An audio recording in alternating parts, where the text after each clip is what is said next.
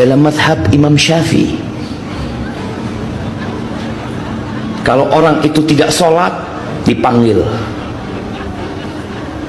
disuruh sholat, tetap nggak mau sholat, dibunuh.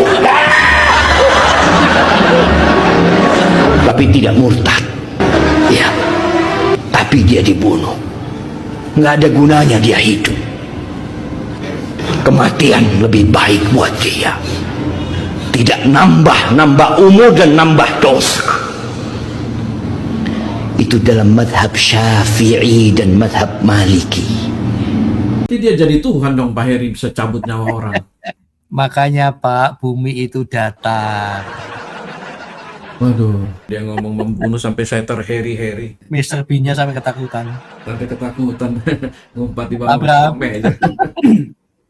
Shalom Pak. Menang Oscar tuh Pak Ustadz. Menang Oscar. Wah, itu memang luar biasa.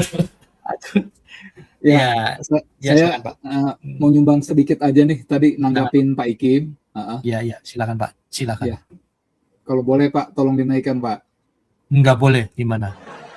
Wah, minta dibunuh. Silakan Pak, silakan. tadi siapa ya Pak yang bilang kalau ada yang membunuh non Muslim, Nabi Muhammad berkata ya dia akan bertemu dengan aku di akhirat kan ya, begitu ya? Ini Pak, untuk mengawali Bapak, kita tampilkan ya Pak ya, mengawali. Ya. Ini Profesor Dr. Said Agil Pak, petinggi NU ya Pak King David ya. Oke. Mantan. Kita dengar. Barang siapa membunuh non-muslim, bukan bunuh muslim, bukan. Barang siapa membunuh non-muslim, maka nanti di akhirat berhadapan dengan saya, kata Muhammad. Berurusan dengan saya. Dan barang siapa yang berurusan dengan saya, tidak akan masuk surga. Membunuh non-muslim. Cakep Ngeri, ya. Pak. Cakep sekali Pak. Ya, silakan. Saya menduga nih si Bapak tadi ngambil itu perkataannya dari hadis tuh. Betul Pak. Betul ya? Betul. Tapi ya mohon maaf, menurut saya dia berbohong Pak. Karena di hadis nggak ada kata non Muslim. Kemungkinan besar dia ngambil dari ini nih.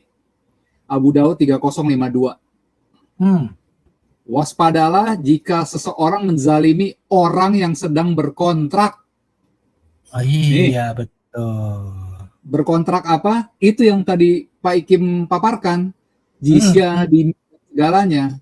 Gitu. Mu'ahad tadi ya. Ya, muahad, ya jizya, dimi, pokoknya yang bayar pajak ini, bayar jatah preman. Yang ada ikatan ya Pak ya. Yang ada ikatan itu. Sorry Pak, saya potong.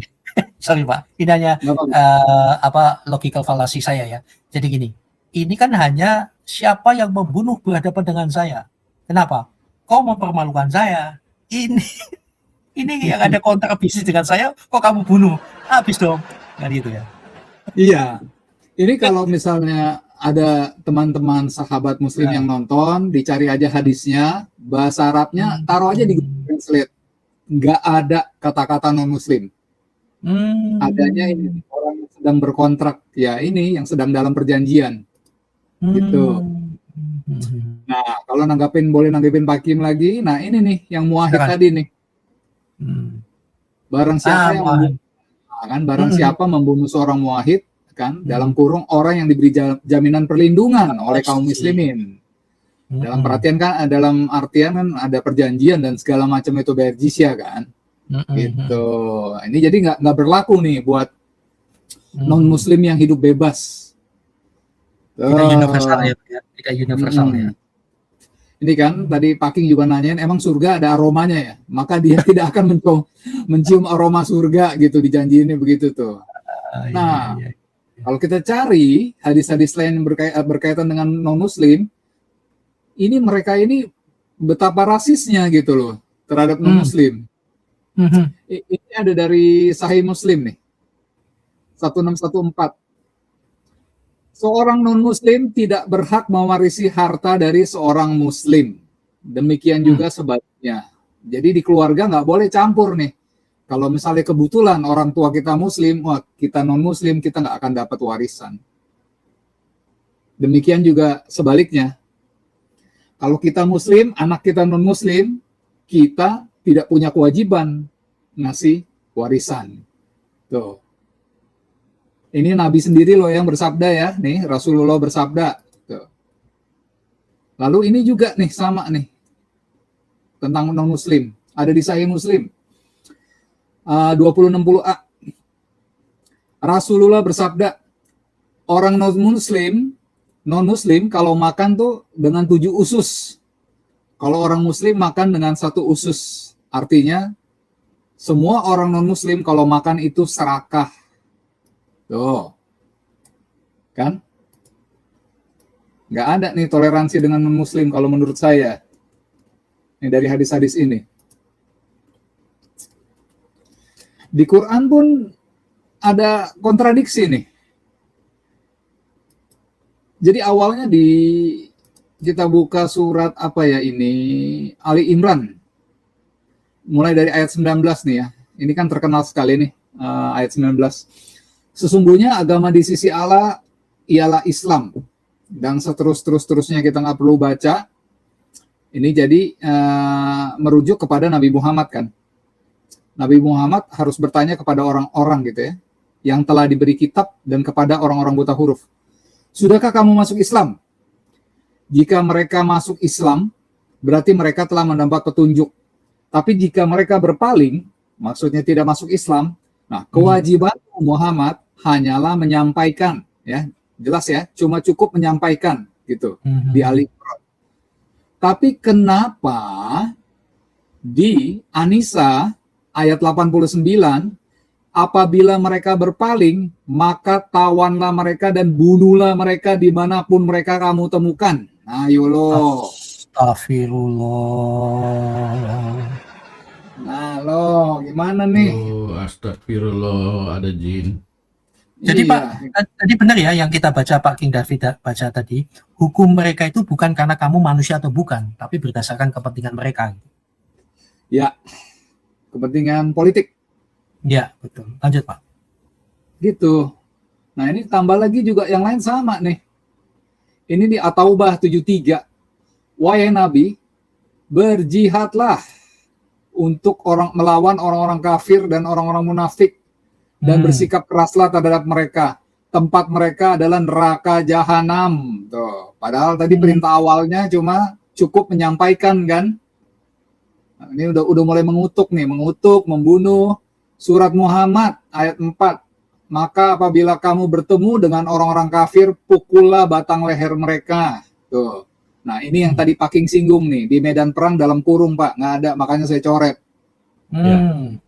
Jadi kasusnya bukan di medan perang, berarti setiap saat. Aduh, gitulah. Nah, kalau kita lihat nih ya, dari janjinya Muhammad gitu ya. Kalau misalnya nggak bunuh orang Muadi itu, kaum Muadi itu, maka akan dijanjikan surga. Gampang lah umat-umatnya masuk surga. Nah, kalau menurut saya, karena saya spesialis fotokopi, jangan dipercaya. Karena Muhammad itu bohong. Menurut saya dia berbohong gitu tentang surga yang dijanjikan. Surga yang dijanjikan nggak pernah ada. Ini nih surga dalam Quran. Surat Arad ayat 23. Tuh bahasa Arabnya. Janatu Adnin. Gardens of Eden. Taman Eden coba. Taman Eden itu kan surganya di Kejadian. Di Kejadian berapa? Surah Maryam juga sama nih. Janati Adnin. Taman Eden. At-Taubah nih ya, surga Islam dalam Quran. Nih, dijelaskan gini nih. Surga yang mengalir di bawahnya sungai-sungai. Nah, itu kan di kitab Kejadian. Ya, Pak David ya. Sungai Gihon. Iya. Efrat. Ini juga sama nih tuh. Ini surah apa nih? An-Nahl, surah An-Nahl. Ayat 31 sama juga nih Taman Eden. Tuh dijelaskan apa? Surga-surga Eden yang mereka masuki mengalir di bawahnya sungai-sungai. Itu kan surganya punya ini. kejadian Oh, 2. Kejadian 2 itu. Tuhan Allah membuat taman di Eden. Ada satu sungai Iya. mengalir dari Eden, terus terbagi 4 kan Pak. Salah satu Iya, namanya betul. Pison dan sebagainya. Pison. Iya. Iya. Nggak ada, berarti nggak ada surganya. Nggak ada. Surganya di Quran hasil fotokopi. Nggak ada. Supaya lebih menarik, tahu nggak Pak strateginya Pak? Apa tuh? Tambahin bidadari Pak. Kesibukannya laki-laki adalah Tidak malu aku mengatakan. malu mengatakannya, tidak malu melakukannya gitu. Iya. Nah gitu. Silakan lanjut. Wah, ini menarik nih, menarik sekali nih. Nah, Wah, ini- benar ini kayaknya fotokopi ini betul Pak Heri. Ini fotokopi ini. Pak Abram ini memang ahli Spesial fotokopi. Saya iya spesial Pak. Saya punya warung ini jasa ketik skripsi Pak. Wah. Oh, Ya, jadi kan Padahal banyak fotokopiannya fotokopian. fotokopiannya masih pakai stensil apa Iya, stensil. Stensil. kotak. Iya. Enggak Pak, guyon Pak. Iya, Nah, iya, iya. kalau misalnya mau berdali ya, mereka Quran mau berdali. Oh enggak, beda. Kami deskripsi sungainya beda, tidak seperti Nah. kejadian. Oh, gitu Kejadian ya. kan Pak David lebih tahu lah, ada Pison yang sungai emas, ada Gihon. ada. Efrat. Ya, gitu. Nah, saya yakin Pak David lebih tahu lah. Mereka bilang enggak, surga kami sungainya beda kata Quran. Ini nih. Sebentar.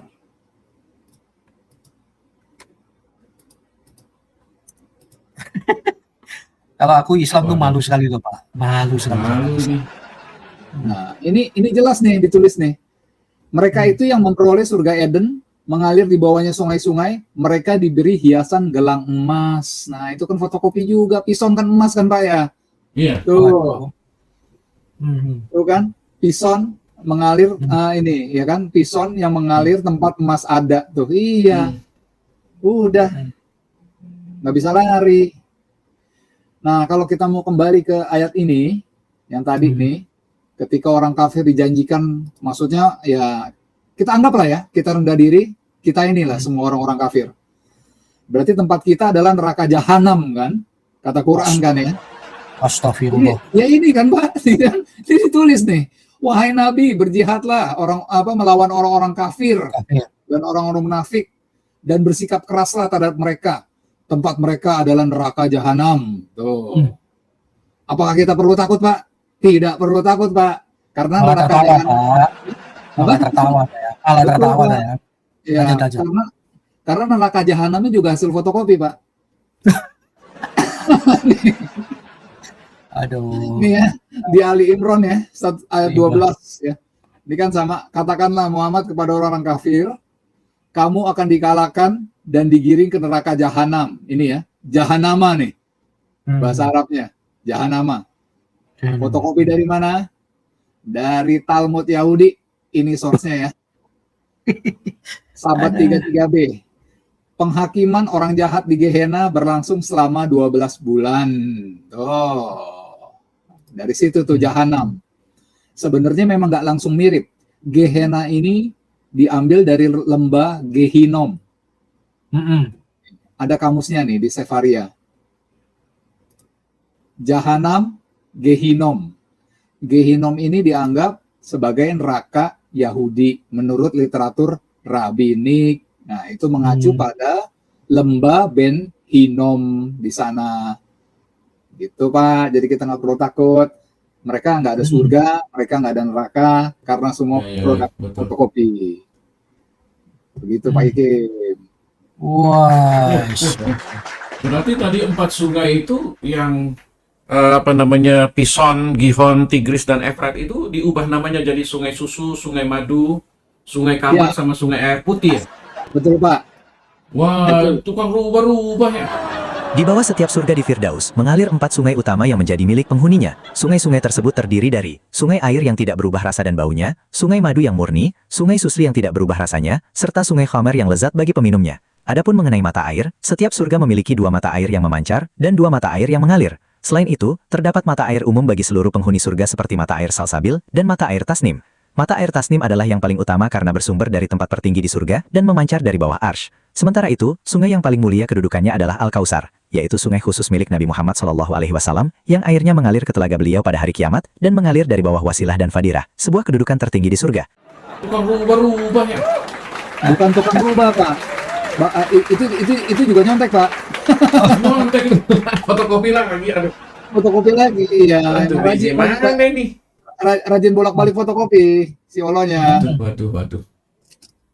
Lah, Gitu. ini mana nih Abdul? Mana nih? Mana nih Yang Abdul? terbaik mana nih? Nabi cebok pada kemana itu Nabi cebok? Pak Abraham, saya mau pertanyaan saya, Pak. Ini kalau kita bisa jawab ya, tapi kenapa Islam tidak mau jawab dan tidak bisa menjawab ya? Mereka itu kan yakin kitab menyempurnakan kita ya. Waduh, saya baru mulai Pak Heri. Ini kalau ngomong yang panjang ini kayaknya dapat duit ini. super stiker. Terima kasih untuk UC Dusi. ITR 50.000. Tepuk tangan jemaah. Haleluya. Kalau gitu Pak Abraham silakan ngomong lagi Pak. Saya berhenti. Ya ngomong yang banyak deh, fotokopi semua deh. Fotokopi. Fotokopiannya, Pak. Fotokopi. Oh, mesin fotokopiannya. Tuhan berkati ya, saya sangat menghargai untuk UC Dusi ya. Semua berkat kita 100% untuk mission base kita. Tuhan memberkati. Nah, kembali lagi ke pertanyaannya. Silakan ke pertanyaan saya, Pak. Kalau Bapak pasti menjawab, Pak King, semuanya kita pasti menjawab. Tapi mereka kenapa tidak mau menjawab pertanyaan logis saya? Muslim-muslim, kalian yang menghina-hina kami. Tuhan kami kau hina-hina, lalu kau hina-hina Alkitab kami, kau dengan yakinnya menyempurnakanlah, kau bangga-banggakan jumlah ketuhanan, padahal kami kebagaimana Tuhan. Tetapi kalau sempurna, kenapa takut untuk head to head? Itu loh, gemes saya. Itu di mana-mana, Pak. Termasuk Sumpe, Donditan, itu saya tahu kok statement-statement saya itu sampai ke mereka, saya tahu itu. Kayak nama segala macam. Karena apa? Saya mengambil ranah tersendiri ya. Saya pada poin tersendiri. Yang lain-lain, wah Pak Abraham ini saya sangat diberkati sekali loh. Banyak yang saya kaget-kaget. Ada ya ternyata begini. Pak Stenker lain lagi. Pak Subi lain, Pak King David lain lagi. Bapak belur kalian ngadapi dia. Nah, kembali lagi Pak. Pertanyaan saya sederhana Pak Abraham. Kenapa mereka kalau sempurna kok ketakutan kayak orang naik mobil, ada sweeping, dia malah sembunyi. Itu kan ada yang nggak beres Pak. Pak Abraham, menurut Anda? Kemungkinan mereka tidak menguasai kitabnya sendiri, Pak. Yang dikuasai hanya lantunannya. Ya, Itu kan tajwidnya. kayak puisi, Pak. Gitu. Kayak lagu, mudah dihafalkan. Ya. Mereka nggak paham ceritanya. Tajwidnya itu ya. Ya, mereka nggak tahu apa nih artinya apa nih. Yang penting bunyinya aja deh enak didengar tetangga gitu ya. Kalau menurut saya. Iya. Kayak hayalan saja. Ya gitu kayak nyanyi, betul. Hayalan saja. Pak, sudah Pak, haid saya terganggu Pak. Saya langsung. Haidnya terganggu langsung. Tapi pada Fit, Ya. saya punya kecurigaan nih. Ya. Jangan-jangan gaya penyusunan Quran, penulisan Quran itu ada sedikit banyak meniru Mazmur, Pak. Karena Mazmur kan kayak syair lagu. Oh iya. Ya, Mazmur kan kayak syair lagu. Jadi terdengarnya indah gitu kan. Jadi banyak ini gitu. Dan kemarin saya iseng-iseng sih ya, riset amatir. Ternyata ada Pak, ada kitab Mazmur terpisah, lengkap. Kodeksnya ada. Dari abad keempat, ditemukan di Mesir tuh. Tahun berapa ya? Tahun 1984 ya. Itu Mazmur lengkap tuh. Kepisah dia dari Alkitab. Gitu. Jadi memang banyak yang senang sama Mazmur karena mungkin kayak syair, lagu gitu ya. Makna teologi juga tinggi, nyanyian ya. Ya mungkin si penyusun Quran melihat itu dan meniru gaya penulisannya. Kan Pak Stenker rajin bongkar tuh, kalau begitu bongkar Quran bahasa Arab, semua yang kata yang di belakangnya sama semua tuh. Kayak orang berpantun gitu. Buah pepaya, buah kedondong gitu kan. Goodbye dong, misalnya begitu ya. Ya kayak begitulah. Oh gitu ya. Iya. Sekarang pertanyaan yang sama saya alihkan ke Pak King David. Menurut Anda, Bapak kan juga gemes-gemes ya Pak ya. sampai HP hampir ditelan merasakan mereka ya. Kalau kamu benar, kenapa takut gitu loh? Muslim-muslim malah ngoceh-ngoceh, kayak apa ya, lompat dahan dan ranting topik yang berbeda, Pak King David, menurut Anda?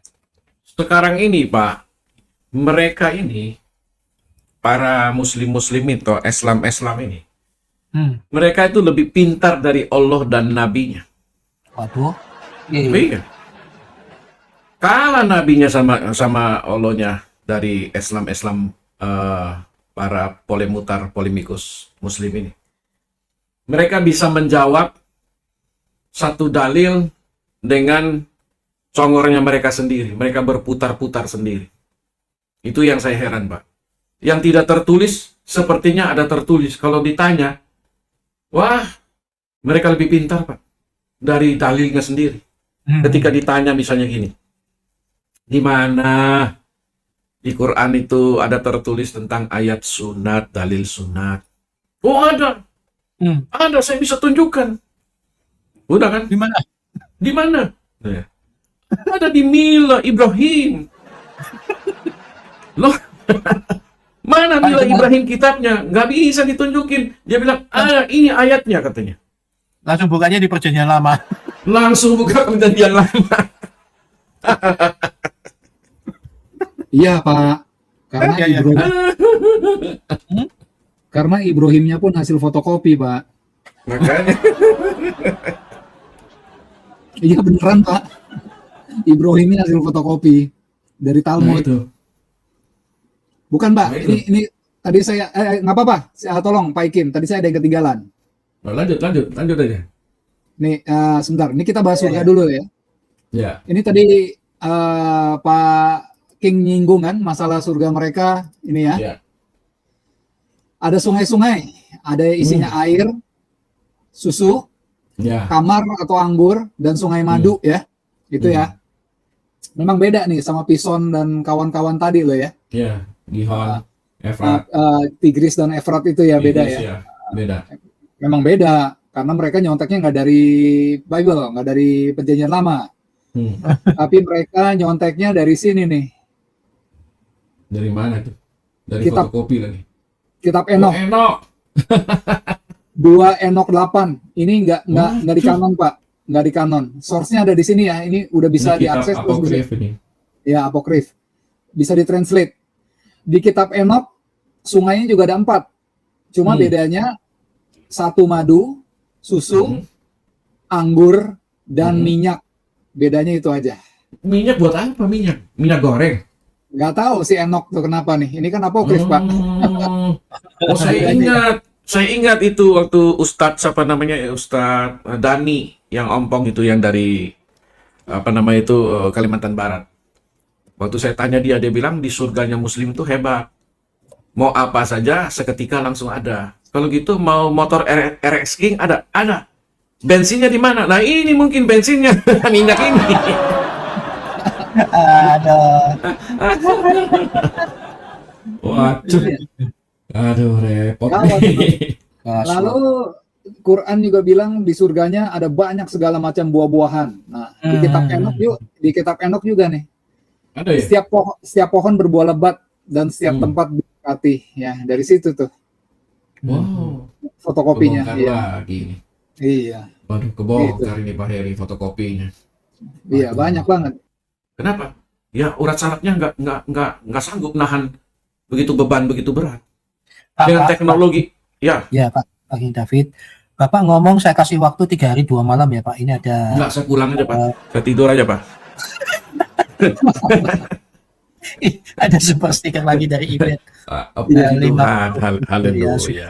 Haleluya. Puji Tuhan. Ya ini buat dana penginjilan kita. Iya betul. Gimana Pak Abram mau ngomong apa? Enggak, Ibet emang baik Pak. Di mana-mana selalu menabur kebaikan dia. Ya makanya dia dapat berkatnya banyak. Betul. Beri maka engkau akan diberi itu udah pasti. Oh iya. Wah, Bapak Ya. ini pentakostal sekali. Iya Pak. Makanya Banyak harus dekat-dekat sama menabur, saya Pak. Iya betul. Baik, Tuhan memberkati Pak David ya. Tuhan berkati. Doa saya sering-sering aja. Tuhan memberkati Pak Ibet. Waduh, saya Tunggu baru dulu Pak mulai. Heri. super stiker. Terima kasih untuk UC2C. ITR 50.000. Tepuk tangan jemaah. Ya. Kalau gitu Pak Bram silahkan ngomong lagi Pak. Saya berhenti. Ya, yang ngomong yang banyak deh, fotokopi semua deh. Fotokopi, fotokopiannya Bang. Fotokopi deh. Oh, mesin fotokopiannya. Tuhan berkati ya, saya sangat menghargai untuk UC2C ya. Semua berkat kita 100% untuk mission base kita. Tuhan memberkati.